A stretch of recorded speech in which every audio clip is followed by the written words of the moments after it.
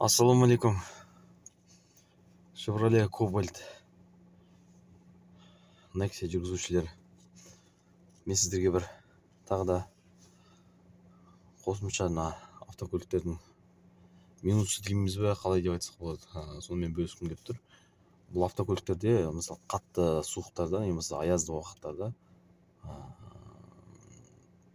бір тықылдаған дыбыс шығады, естіп тұрсыздар ма?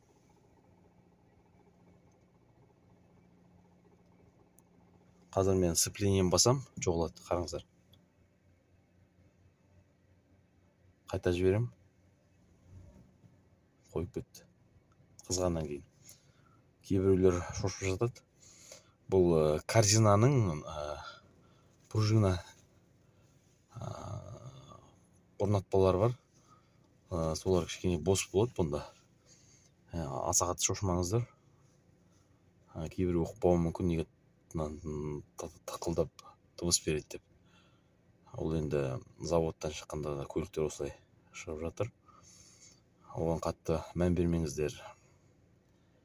Қызғаннан кейін қойып кетеді, не болмаса осындай бір дыбыстарды анда-санда шығарып тұрады енді. Сол, жазылыңыздар, ұнаса видео.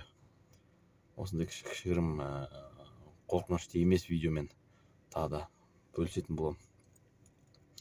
Бұл енді минусы деп айтуға болады, енді бір жағынан айтпауға да болады. Мына көрдіңіздер ме, дыбысы естіліп тұрса кетіп қалды. Сау болыңыздар, жолдарыңыз болсын.